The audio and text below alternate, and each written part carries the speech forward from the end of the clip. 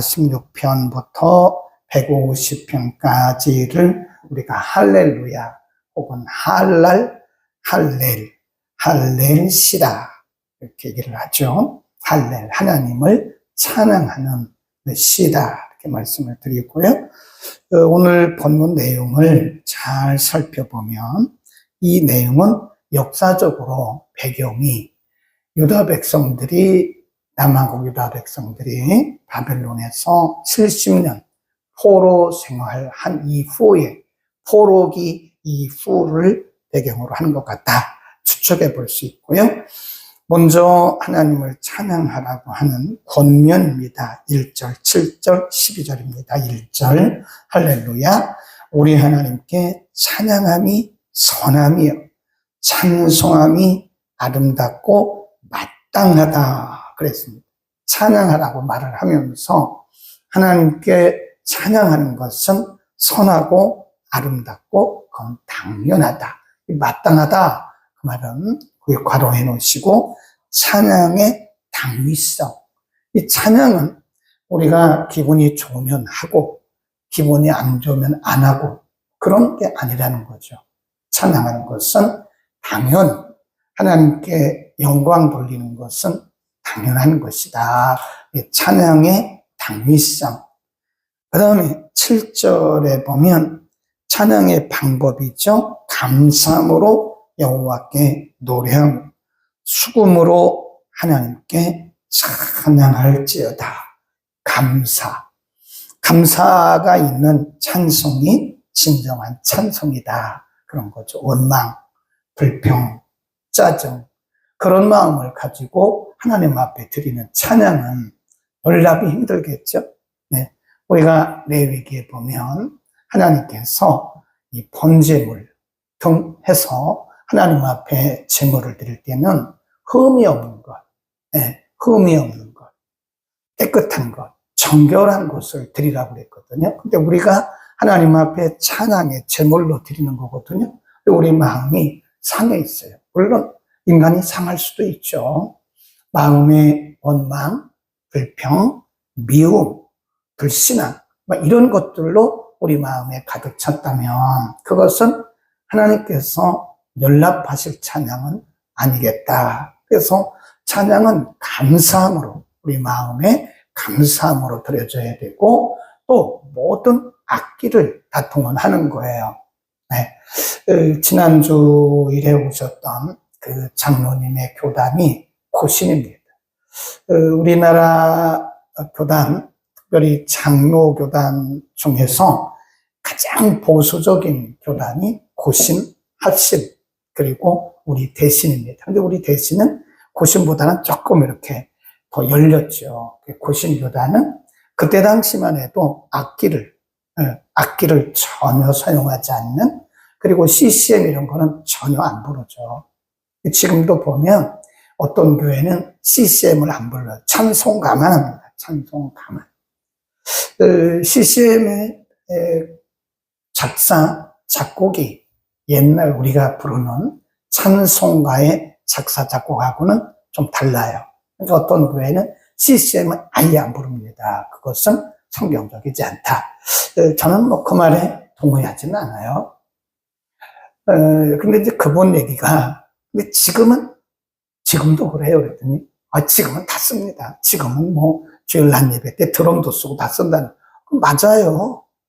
성경에 모든 수금과 비파, 모든 악기를 동원해서 하나님을 찬양하래요. 모든 악기는 하나님을 찬양하기 위해서 있는 것이다. 그러니까 악기를 사용하는 것이 절대 비성경적이 아니다. 성경적이다 하는 걸 말씀드리고요.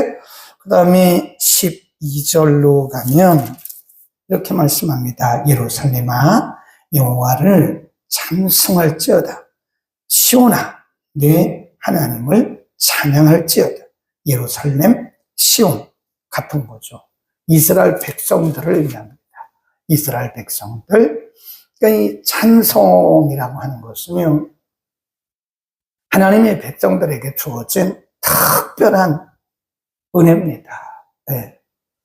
하나님을 찬양한다고 하는 것은 우리가 하나님의 백성이라고 하는 특권이기도 하고요. 또 그것이 증거이기도 합니다. 안 믿는 사람이 찬양하는 거 보셨어요? 네. 안 믿는 사람들은 찬양하지 않습니다. 노래는 하겠죠, 노래. 흉내는 내겠죠. 우리가 하는 것처럼 찬송의 흉내는 내겠죠. 근데 이 찬송이라고 하는 것은 하나님을 높이고 하나님을 인정하는 것이고 하나님께 영광을 돌리는 것이기 때문에 이것은 하나님의 백성들에게 주어진 특권이다. 그러니까 예루살렘아, 시온아, 그 말은 하나님의 백성, 우리 모두를 향한 하나님의 특권인 것을 의미한다. 그러면 하나님을 찬양하는 이유는 뭐냐? 왜 우리는 하나님을 찬송해야 되는가? 어제도 우리가 공부를 했잖아요. 하나님이 누군가를 모르고 찬양하는 것은 그 노래예요, 노래. 네. 그래서 저는 가끔 가수들이 막 그 찬양을 하는 거 스킬, 음악의 어떤 기술을 가지고 하는 것을 보면서 아, 저분들이 과연 하나님을 알까라는 생각을 해요. 그러니까 찬양은 잘하고 못하는 게 없어요. 목소리가 크고 또 소프라노, 엘토, 뭐 바리톤, 테너, 베이스 뭐 이런 어떤 음악적인 기술이 있다고 해서 잘하는 건 아니에요. 찬양은 우리의 고백입니다. 고백. 하나님이 누군가에 대한 고백이 진정한 찬양이에요. 그러니까 우리의 고백이 없는 찬양은 참 찬양이 아니다. 거기다 써놓으시고요. 찬양은 하나님을 향한 우리의 고백이다. 고백이 없는 찬양은 참 찬양이 아니다. 이렇게 써놓으시고요. 좀 길죠? 고백이 없는 찬양은 참 찬양이 아니다. 그러면 하나님을 어떻게 고백했나? 2절 이렇게 말합니다. 여호와께서 예루살렘을 세우시고 이스라엘의 흩어진 자를 모으시고 상심한 자를 고치시고 저희 상처를 싸매셨다. 2절, 3절은 뭘 의미하냐면요. 바벨론에서 해방, 바벨론 포로에서 해방시킨 것을 의미합니다. 우리가 역사적으로 보면 이스라엘 백성들이 애굽에서 430년을 노예로 살았어요. 그리고 바벨론에서 70년을 노예로 살았어요. 아수르는 722년에 망했어요. 이런 것들을 보면 저 북왕국은 아수르에 의해서 722년에 망했어요. 이런 걸 보면 이스라엘 백성들이 하나님의 백성이지만 일시적으로 그들이 노예가 되기도 하고 또 포로로 팔리기도 하고 나라가 망하기도 했어요. 그렇다고 해서 하나님이 그 맥을 끊었냐? 아닙니다. 지금까지 흘러오고 있잖아요. 그래서 2절과 3절은 뭘 의미하냐면 왜 우리가 하나님을 찬송해야 되냐면 하나님의 백성들은 하나님이 끝까지 책임을 지셔요. 절대 놓지 않습니다. 2절, 3절이 그런 내용입니다. 하나님의 백성을 끝까지 책임지시기 때문이다. 우리가 왜 하나님을 찬송해야 되느냐? 하나님은 하나님의 백성들을 끝까지 책임지시고 거기 보면 흩어진 자를 모으시고 약한 자를 고치시고 또 저희 상처를 싸매시고 끝까지 책임지시는데 막연하게 책임지시는 것이 아니라 치유하시고 다시 세우시고 회복시키시고 그런다는 거예요. 그래서 하나님의 백성들은 언약 백성이기 때문에 하나님께서 끝까지 책임을 지십니다. 그래서 우리가 하나님을 섬김에 있어서 우리의 공로로 하나님이 우리를 붙들어 주시고 우리가 잘하니까 붙들어 주시고 우리 그러잖아요. 우리 감정이 그렇잖아요. 내가 열심히 기도하고 열심히 예배하고 열심히 헌금하고 열심히 할 때는 하나님이 나를 축복하시는 것 같아요. 그리고 우리가 또 기도도 잘못하고 때로는 예배 생활도 잘못하고 때로는 성경 말씀도 잘 묵상 못하고 그래서 어떤 때는 우리 스스로가 감정적으로 내가 하나님께 버림받은 거 아니야? 내가 하나님 앞에 저주받은 거 아니야? 절대 그렇지 않대. 그건 우리의 감정일 뿐이에요. 우리의 감정과 상관없어요. 하나님은 우리의 감정과 상관없이 우리를 끝까지 붙드시고 끝까지 책임지시는 거예요. 그러니까 우리가 그 하나님에 대한 신뢰를 해야 됩니다. 하나님이 절대 우리를 버리시는 분이 아닙니다. 하나님은 우리가 태어나기 전부터 우리에 대한 계획이 있으셨고, 하나님이 그 계획에 의해서 우리를 태어나게 하셨고, 하나님은 지금도 그 하나님의 계획에 따라서 우리를 섭리하고 계시는 거예요. 그러니까 우리가 뭘 잘했다고 해서 하나님이 우리를 더 사랑하시고, 우리가 뭘 잘못했다고 해서 하나님이 우리를 버리시고, 그건 아니라는 거예요. 그건 우리의 감정일 뿐이에요. 그분의 사랑은 뭐예요? 변함이 없습니다. 아멘. 우리가 자녀들을 사랑하는데 자녀들이 뭐 더 한다고 더 사랑하고 그렇습니까? 부모의 사랑은 커요. 굉장히 깊습니다. 네. 부모의 마음보다 제가 볼 때 10,000배, 10,000,000배 더 커요. 그러니까 우리가 우리의 감정에 흔들리면 안 됩니다. 가끔 보면 어떤 분들은 우울해 있어요. 굉장히 우울해 있어요. 이렇게 우울해 계세요? 저는 헌금도 못했고요. 저는 새벽 예배도, 새벽 예배 뭐 거의 다 못 나오잖아요. 저는요, 예배도 잘 못 드리고요. 그렇다고 해서 그것을 합리화라는 게 아니라, 그것 때문에 눌리지 말라는 거예요. 우리가 조금 더 했다고 해서 하나님 우리를 조금 더 사랑하시고, 그런 건 아니라는 거예요. 상관없이, 우리의 감정이나 우리의 형편에 상관없이, 하나님은 여전히 우리를 사랑하신다. 하나님의 사랑은 변함이 없습니다.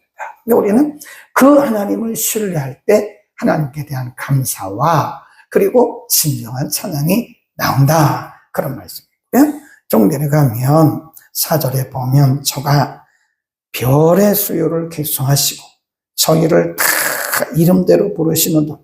우리 주는 뭐 하시대요? 광대하시다. 하나님은 크신 하나님이에요. 하나님이 그렇게 좁은 하나님이 아닙니다. 네. 이걸 보면요, 젊었을 때 참 떵떵거렸던 그런 사람들도요, 나이가 드니까 아주 시야가 이렇게 좁더라고요. 시야가 좁아져요. 여러분, 우리 부모님들이 자꾸 삐지고 섭섭하다고 말하는 거요, 이해를 해드려야 돼요. 이게 사람이 70이 넘으면요, 뭐 그렇지 않은 분도 있는데 많은 경우에 보면 80이 되고 90이 되잖아요. 그러면 사람이 좁아지더라고요. 그래서 별것도 아닌데 막 삐져요. 별것도 아닌데 마음이 좁아져 그냥 퍽 시험 들었다고 그러고 상처받았다고 그러고, 저분이 안 그랬는데, 저분이 굉장히 쿨했던 분이었는데 왜 저렇게 별거 안 거가지고 막 그래요. 네. 뭐 저한테 뭐 섭섭한 거 있습니까? 제가 뭐 잘못한 거 있습니까? 그 노인들을 대하기가요, 아기 다루듯 해야 됩니다. 여러분, 부모님들을 대할 때는요, 아기 다루듯 해야 돼요. 아주 쉽게 상처를 받고 그래요. 사람의 마음은요, 젊었을 때는 이렇게 컸다가 쿨하고 사람이 아주 대장부 같았다가 나이가 들어가면 이렇게 되는 거예요. 그냥 어렸을 때 이렇게 좁았다가 커졌다가 다시 이렇게 했다가 이제 천국 가는 거예요. 사람의 마음은 변하더라고요. 굉장히 담대하고 굉장히 마음이 넓었던 분도요, 어느 지점이 되면, 어떤 환경이 되면 이렇게 좁아지더라고요. 왜냐하면 자기중심적으로 생각하기 때문에 그런 거. 그래서 인간관계가 제일 힘든 거예요. 네. 내 의도와 상관없이 사람들이 상처를 받고 내 의도와 상관없이 사람들이 삐지더라고요. 그래서 인간관계가 제일 힘든 거다. 사람이라 그래요. 근데 하나님은 안 그래요. 하나님 마음은 굉장히 넓으십니다. 하나님은 아주 광대하신 분이에요. 우리의 작은 그런 거에 흔들리는 분이 아니세요. 네. 그러니까 우리는 그 품에 안겨야 됩니다. 하나님의 그 넓은 품에 안겨요. 이 땅에 그는 처음부터 끝까지 동일하게 굉장히 광대하신 분이에요. 그러니까 우리가 어떻게 하죠? 하나님께 안기는 거예요. 그게 하나님을 신뢰하는 겁니다. 아멘. 광대하신 분이다. 13절로 갑니다. 13절. 저가 내 문빗장을 견고히 하시고 너의 기운을 가운데 자녀에게 복을 주시고 너희 가운데 복을 주시고 자녀에게 복을 주시고 내 경내를 평안케 하시고 삶의 현장을 의미합니다. 아름다운 밀로 너를 배불리시고 공급해 주신다는 거예요. 하나님이 그 때를 따라 시를 따라서 우리에게 필요한 것들을 공급해 주시고 19절로 갑니다. 시작. 저가 그 말씀을 야곱에게 보이시며 그 율례와 규례를 이스라엘에게 보이시는도다. 이게 가로해 놓으시고요. 영의 양식. 하나님은 하나님의 백성들을 뭘로 먹이시느냐? 말씀으로 먹이시는 그게 영의 양식입니다. 육의 양식을 하나님이 우리에게 공급해 주실 뿐만 아니라 하나님은 날마다 영의 양식, 말씀으로 우리를 먹여주시는 거예요. 아멘. 우리가 정말 이 세상을 살아가면서요, 이 하나님의 말씀이 없으면 우리는요, 허기져서 못 삽니다. 어디 가서 맛있는 거 음식 먹어야 그거 한 3시간 지나면요, 다 소화돼 버려요.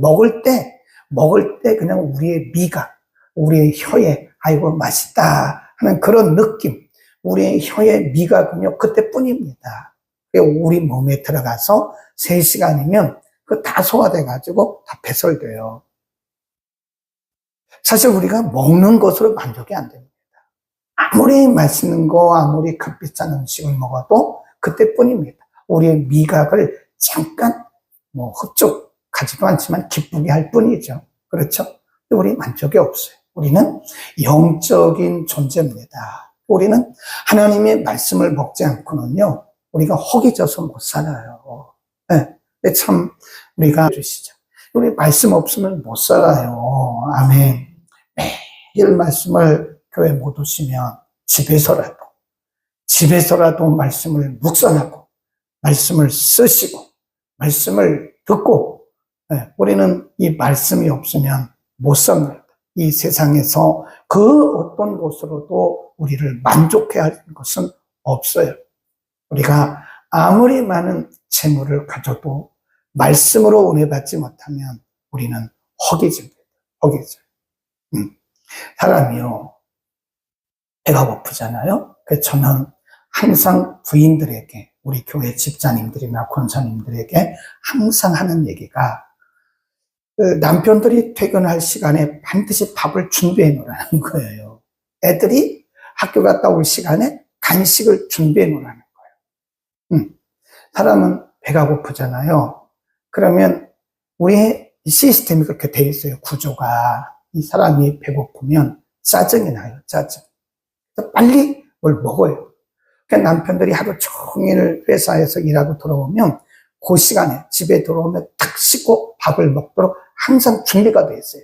그래서 남편들이 집에 오니까 편안하다 그런 마음을 써야 된다니까요.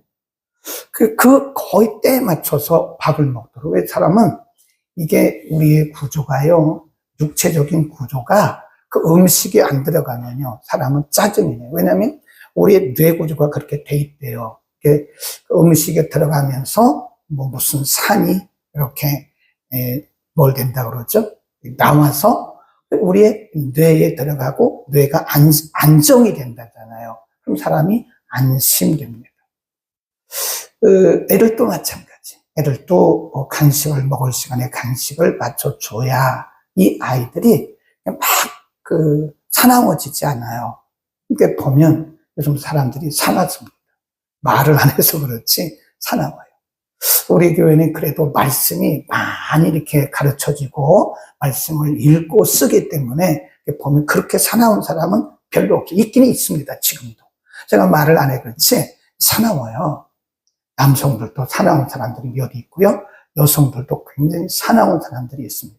왜 그럴까요? 우리에게 영의 양식이 충족되지 않아서 그래요.